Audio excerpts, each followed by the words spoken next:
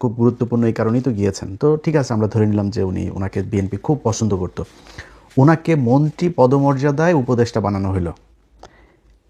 এই আওয়ামী লীগের সময় মনে আছে আপনাদের একবার ওই যে দপ্তরবিহীন মন্ত্রী একজন ছিল, কে যেন আমি ভুলে গেছি ওটার নাম, কাউকে একজনকে দপ্তরবিহীন মন্ত্রী বানানো হয়েছিল, সুরঞ্জিত সেন গুপ্ত টুপ্ত বা কাউকে একজনকে, আমার মনে নাই তার নাম। তার নিয়ে আমরা খুব হাসাহাসি করতাম, ট্রল করতাম ফেসবুকে। তো এই যে মির্জা আব্বাস, গয়েশ্বরচন্দ্র রায়, এরকম কয়েকজনকে দপ্তরবিহীন মানে এই মন্ত্রীর পদমর্যাদায় উপদেষ্টা বানিয়েছে না, এটা কিন্তু গালের মধ্যে একটা জুতা মারা। মির্জা আব্বাস ওই জুতায় কতটা কষ্ট পেয়েছেন সেটা আপনারা মানে বাস্তবতা দিয়ে আপনাদেরকে আমি বুঝাই দেই। আপনাদের মনে আছে গয়েশ্বরচন্দ্র রায় এই উপদেশটা বানানোর পরের দিন একটা বক্তব্য দিয়েছিল, মনে আছে আপনাদের? পৃথিবীতে যতদিন বেঁচে থাকবে কোনো দিন গয়েশ্বরচন্দ্র রায় মন্ত্রী হবেন না। উনি নিজে বলেছেন, আমি কোনো দিন মন্ত্রী হব না যতদিন পৃথিবীতে বেঁচে থাকব। কত কষ্ট পেলে তারপরে একজন মানুষ এই কথা বলতে হবে। আপনার কি মনে হয় না মির্জা আব্বাস ওই একই রকম কষ্ট পেয়েছে? মির্জা আব্বাসও পেয়েছে। অতএব মির্জা আব্বাসের যদি নাকি এই কষ্ট, এই ব্রেনের উপরে যে চাপ, এই চাপ যদি কেউ দিয়ে থাকে সেটা বিএনপি দিয়েছে, নাসিরউদ্দিন পাটোয়ারি দেয়নি। এখন তারপরে আপনারা ধরেন তর্কের খাতিরে যদি তর্ক করতে যান, নাসিরউদ্দিন পাটোয়ারিকে এখন অনেকেই বলছেন মামলা টামলা করবেন, ওনার বিরুদ্ধে কথাবার্তা বলছেন। নাসিরউদ্দিন পাটোয়ারির জায়গায় যদি নাকি মির্জা আব্বাসকে হারানো হইতো, নাসিরউদ্দিন পাটোয়ারি এখনও পর্যন্ত তো জীবিত আছে, সুস্থ আছে, ওরে পিটাই মেরে ফেলতো বিএনপির লোকজন। মনে আছে আপনাদের মির্জা আব্বাসের বউ নিজে চলে গিয়েছে আপনার কেন্দ্রে, নিজে কেন্দ্রে গিয়ে, সে ভিডিও দেখেছেন আপনারা? নিজে গিয়া একজন ইয়ের বউ তো, ক্যান্ডিডেটের বউ তো এইভাবে যায় ভোট গণনা করতে পারে না, তাই না? তার এখানে ঢোকারই এখতিয়ার ছিল না, সে সেখানে গিয়েছে। গিয়ে তারপরে সেটা নিয়ে আপনারা সোশ্যাল মিডিয়া, নিউজ, পত্রিকা, টেলিভিশন সব জায়গায় দেখেছেন এই খবর। কেন গিয়েছিলেন? ভোট চুরি করতে গিয়েছেন। আপনি ভোট চোরের বউ, আপনি ভোট চোর। যদি বলেন যে নাসিরউদ্দিন পাটোয়ারির কারণেই সে মারা গিয়েছে, নাসিরউদ্দিন পাটোয়ারির কারণেই সেটা হয়েছে, নাসিরউদ্দিন পাটোয়ারির এইটুক দায়িত্ব নিয়ে নেওয়া উচিত। মারা গেলে মারা গেছে, আমার কথায় যদি সে এরকম অবস্থা হয়েছে, আমি সত্য কথা বলছি, আমি ভোটে আমারে জোর করে তারা চুরি করে জিতাইছে, এই জন্য করা হয়েছে। এই নাসিরউদ্দিন পাটোয়ারি সহ জামাত ইসলাম এই যে আজকে পর্যন্ত চুপ করে আছে না, এই জামাত ইসলাম ওই যে ওয়াকার বলেছিল বুকে পাথর বেঁধে তারপরে হাসিনাকে সে দেশ থেকে বের করেছে, এই জামাত ইসলাম বুকে পাথর বেঁধে তারপরে এই 12 তারিখে নির্বাচনটা মেনে নিয়েছে। কারণ জামাত ইসলামকে বলা হয়েছিল শুধু এক জায়গা থেকে না, আপনাদেরকে বললাম না, এটা জামাতের কেন্দ্রীয় নেতাদের সাথে যাদের পরিচয় আছে তারা জিজ্ঞেস করে নিয়েন যে কোন কোন জায়গা থেকে, দেশের ভেতর বাহির, উত্তরপাড়া দক্ষিণপাড়া বিভিন্ন জায়গা থেকে, কোন কোন জায়গা থেকে তাদেরকে বারবার ওয়ার্নিং দেওয়া হয়েছে। জামাত কিন্তু চেয়েছিল প্রতিবাদ করতে, রাস্তায় নেমে যেতে চেয়েছিল, এটা নিয়ে ব্যাপক গ্যাঞ্জাম তাদের করার লোকও ছিল, প্রস্তুতিও ছিল, তারা করতেও ছিল, বাট তাদেরকে বারবার করা হয়েছে যে না, কোনো কিছু করা যাবে না। তারা করে নাই। তারা কিন্তু এই দেশের কথা চিন্তা করে, দেশটা গৃহযুদ্ধ বেঁধে যাবে, দেশে একটা খারাপ পরিস্থিতি তৈরি হবে, আওয়ামী লীগ, ইন্ডিয়া তারা সুযোগ নেবে, তারা নিজেদের ক্ষমতায় দাওয়ার চাইতে দেশের যেই রাজনৈতিক পরিবেশ, এই পরিবেশটাকে তারা শান্ত রাখতে চেয়েছে, এই জন্য তারা ওই দিন গ্যাঞ্জাম করে নেই। আপনার মনে হয় না যে জামাতের এইটুকু ক্ষমতা আছে? এবং আপনারা বলে রাখি, জামাত ইসলামের যদি নাকি মাঠে নামে পিটাপিটি করতে আসে না, বিএনপি আপনারা পিটাপিটি করে পারবেন না ওদের সাথে। অনেক বড় বড় কথাবার্তা বলতে পারেন। ওই যে ছাত্রলীগ, আওয়ামী লীগের লোকজন মনে আছে, বিধবা নারীদের মতো জামাই মারা গেলে যেমন অসহায় হয়ে যায় না, ছাত্রলীগ, যুবলীগ, পুলিশ প্রশাসন ছাড়া ওইরকম আমরা ওদের বিধবা বলে খাপাইতাম। সবসময় পুলিশের পেছনে থেকে তারা বিশাল মাস্তানি করতো। আজ কোথায় রে বাবা তোরা? তোদের পুলিশ বাপ নাই, আর সেনাবাহিনীর বাপেরা নাই, আজকে তোরা কোথায়? রাস্তায় আয়, আজকে তো রাস্তায় যাইতে পারিস না। তোর মারে খেদানোর পরে যখন বুঝছিস সরকার ক্ষমতায় নাই, 3 মিনিটের মধ্যে সারা দেশ থেকে তোরা উধাও হয়ে গেলি। এইরকম আন্ডা বাচ্চা সহ পৃথিবীর ইতিহাসে কোনোদিন এরকম হয়নি। তোরা এখনও দেখা হইলে তারপরে বড় বড় কথাবার্তা করে, আশপাশের থেকে দেয়, এই আপনার আওয়াজ দেয় যে রাজাকার। তো রাজাকার আমি তো প্রাউডলি বলি রে বেটা, আমি রাজাকার, আমার বাপ রাজাকার, আমি আর আমার আব্বা দুইজনে মিলে তোদের মাদেরকে নিয়ে পাকিস্তানিতে দিয়ে আসতাম। এটা তো আমি নিজে বলি, স্বীকার করি। আমি কি বলদ? তোর বলদ মনে হয় আমারে? আমি ঠকবো কেন? আমি আর আমার বাবা দুজন মিলে পাকিস্তান ক্যাম্পে দিয়ে আসতাম, মানে কি তোদের মাদের বোনদেরকে, মেয়েদেরকে দিয়ে আসতাম। তাহলে এখন পাকিস্তানের বীজ হলি কারা? তোরা। তো তোরা রাজাকার বললে আমি তো প্রাউড ফিল করি। তুই আমার যেটা বলে খেপাইতে চাই, ওটা তো আমি খেপি না। কি হবে? তুই রাজাকার বলবে, আমি তোরা বলবো তোর মা তো বিয়ে ছাড়া মোদির সাথে যায় শুইতেছে, তোরা তো ওইটা আনতে পারিস না। তোদের মারে, তোদের আপারে আন, এটা তো আনতে পারিস না। তো এটা বলে ওনারা করতে চায়। যাই হোক, সেই রাজাকার টাজাকারের ওই ওই আলাপে গেলে আবার অনেক অন্যদিকে চলে যাবে। তো এখন এই মির্জা আব্বাসের বিষয়ে যদি নাকি এখন মনে করেন জামাত ইসলাম মাঠে ওই দিন খারাপ কাজ করতো, তাহলে দেশের পরিস্থিতিটা খারাপ হইতো। বিএনপি হইলে এই ধৈর্য জীবনও দেখাইতো না। হেরে তারপরে বিএনপি জিতে আজকে করছে, ক্ষমতায় আছে, ভোটে হেরে। শোনেন, যেই সব জায়গায় 3,000, 4,000, 5,000 এরকম হয়েছে 57টা না 54টা আসনে। আপনার মনে, তারেক রহমান প্রধানমন্ত্রী, সেই প্রধানমন্ত্রী খালেদুজ্জামান ভাইয়ের কাছে জিতেছে হচ্ছে 5,000 ভোটে। এটা আপনার বিশ্বাস হয়? আপনি কাউন্ট করেন প্রথম দিকের কেন্দ্রগুলোর ফলাফল আর শেষে একই সাথে 17টা কেন্দ্রের ফলাফল দিয়ে দেওয়া হইলো কেন? ওগুলিতে সব করাতে তারেক রহমান আগায়, সব করাতে। আর প্রথমে যেগুলো ইন্ডিভিজুয়ালি কেন্দ্রগুলো করা হইলো, সব করাতে খালেদুজ্জামান ভাই আগায়। এটা আপনাদের বিশ্বাস হয়? তো কেমনে হয়েছেন, কেমনে ক্ষমতায় গেছেন, সমস্যা নাই, কোনো সমস্যা নেই। তারপরেও তারেক রহমান এখন পর্যন্ত সোফার যা কিছু করছে খারাপ লাগছে না। খালি একটাই অনুরোধ থাকবে, আওয়ামী লীগ আর ইন্ডিয়ারে নিয়ে আসে না। আর কোনো জায়গায় কোনো কিছুতে কোনো আপত্তি নাই, কোনো কষ্ট নাই, কোনো অভিযোগ নাই, কিচ্ছু থাকবে না। শুধু আওয়ামী লীগ আর ইন্ডিয়ার ব্যাপারে আমরা কিন্তু এখনও দেখছি, যদি মনে হয় বা দেখি যে আওয়ামী লীগ এবং ইন্ডিয়াকে আপনারা আবার ফের করতে যাচ্ছেন, তাহলে কিন্তু সেই আওয়ামী লীগের সাথে যেরকম বিদ্রোহ করেছিলাম ওই বিদ্রোহ কিন্তু আবার শুরু হবে। আমরা তো এখনও দেখছি। এবং এখন পর্যন্ত যেটা বললাম যে এটা আবার বলাতে আবার আমাদের অনেক লোকজন আবার করে, ভাই ইলিয়াস ভাই আপনি বিএনপি ক্ষমতায় আসছে দেখে মনে হয় চামচামি শুরু করলেন বিএনপির পক্ষে। ভাই এই পরীক্ষা গত 10 বছর ধরে দিচ্ছি, এটা নতুন করে পরীক্ষা দেন, সামনেও দেখবেন।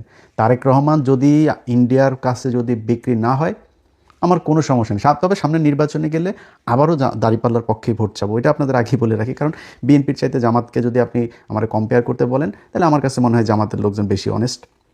জামাতের লোকজনের চিন্তাভাবনা, আমি একজন মুসলমান হিসাবে তাদের যেই চিন্তাভাবনা পলিসি সেগুলো আমি পছন্দ করি, সেই কারণে আমি তাদের পক্ষেই করব। বাট একদম বিএনপির বিরুদ্ধে কোনো তর্ক বিতর্ক, বিএনপির বিরুদ্ধে একদম ঢালাওভাবে এগুলো আমরা করব না যদি ইন্ডিয়ার বিরুদ্ধে। বাট যদি যায়, আমারে যদি ভাই মাথার মধ্যে আপনি পিস্তলও ধরেন, কোনো লাভ হবে না। আমি এটারে একদম আমার জীবন থাকতে সর্বোচ্চ এটার বিরুদ্ধে আমি যুদ্ধ করে যাব। তো এখন ধরেন এই মির্জা আব্বাসের বিষয়টা দিয়ে শেষ করি। যে মির্জা আব্বাস ভাইয়ের মতো যারা যারা এখন রাজনীতিবিদ আছেন, এই মির্জা আব্বাস ভাইদের মতো মানে তারা যদি নাকি দুনিয়ায় থাকা অবস্থায় বা সুস্থ থাকা অবস্থায় যদি আকাম কুকাম করেন আর অসুস্থ হবেন আর মারা যাওয়ার পরে আপনাদের নিয়ে দুনিয়ার সবাই ভালো কথা বলবে, এই আশাটা করেন না। এটা আপনাদের আগেই বলে রাখলাম। মির্জা আব্বাসের প্রতি আমার মানে আমি তো মির্জা আব্বাসের চাইতে অনেক ছোটো, তারপরেও তার প্রতি আমি খুব জানাইতে পারতাম। একটা ছোট্ট বিষয় আপনাদের সাথে শেয়ার করি। মির্জা আব্বাসকে আমি একটা এই প্রথম আগে আগে শুরুটা বলি। মির্জা আব্বাস কোনো এক ব্যক্তি তার বিরুদ্ধে কথা বলেছে, তাকে গালাগালি করেছে। সেই গালাগালির প্রেক্ষিতে সে আবার সেই ব্যক্তির নাম ধরে গালাগালি করেছে এবং সে আমাদেরকেও ইন্ডিকেট করেছে ফ্রান্স, আমেরিকা থেকে। তো এইগুলো করে তারপরেই করেছে। তো দাদা তার বিরুদ্ধে আবার তাকে নিয়ে একটা ভিডিও করেছে বা ফেসবুকে সম্ভবত পোস্ট করেছিল, কিছু একটা হবে। তো এটার পরে আমারে ফোন করলো হচ্ছে ওই যে বাড্ডার কায়ুম ভাই, যিনি নাহিদের কাছে যিনি হেরেছেন। তো কায়ুম ভাইয়ের সাথে আমার আবার খুব ভালো সম্পর্ক অনেক আগে থেকে। তো কায়ুম ভাই আমার বলে, ইলিয়াস ভাই আপনি এক কাজ করেন না, একটু দাদার সাথে মির্জা আব্বাসটা একটু মিলাই দেন। তো আমি তারা বললাম যে আসলে দাদা তো একটু একরোখা মানুষ, তো আমার তো ওনার কাছ থেকে জানতে হবে যে উনি আসলে মির্জা আব্বাসের সাথে কথা বলবে কিনা, যেহেতু মির্জা আব্বাস আগে দাদাকে বাজে কথা বলেছে। তো দাদারে ফোন দিয়ে জিজ্ঞেস করলাম, দাদা বললো যে ঠিক আছে, ওকে, ভালো নেই। তো সাথে সাথেই আমারে আবার আমি কায়ুম ভাইয়ের জানানোর সাথে সাথে কায়ুম ভাই আবার মির্জা আব্বাসের সাথে আমার কনফারেন্সে নিয়ে গেল, নিয়ে তারপরে মির্জা আব্বাস ভাই তখন কক্সবাজারে। এটা কিন্তু আজ থেকে আরও প্রায় ধরেন 6 মাস আগের ঘটনা। তো মির্জা আব্বাস ভাই কক্সবাজারে, মির্জা আব্বাস বললো যে ইলিয়াস আমি করবো না, ঢাকায় আসি, ঢাকায় গিয়ে তারপরে আমি এটা নিয়ে বসবো না। ঠিক আছে, আমার তো আর এখানে আমি মিডল ম্যান হিসাবে কাজ করেছি।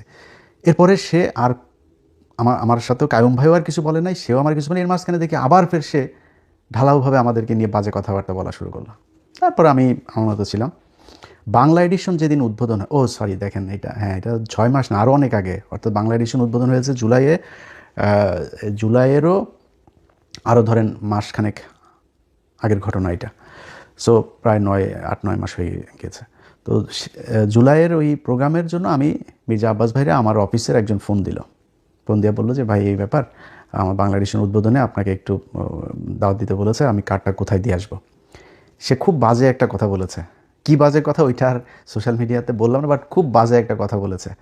এবং এই যে মানুষটা আমারে নিয়ে বললো, আমি বললাম যেটা যে ওনার চাইতে আমার রক্ত কিন্তু কম গরম না। হ্যাঁ, আমি কিন্তু আমারে যদি নাকি আমার আমার আমি কোথাও যদি নাকি আমার মনে হয় যে আমার মাথা যদি ঠিক কন্ট্রোল করতে না পারি, ও আমার চাইতে কত শক্তিশালী আমি দেখি না। আমি কিন্তু মানে সর্বোচ্চ আমার শরীরে যেটুকু আছে ওইটুকু আমি কাজে লাগাই।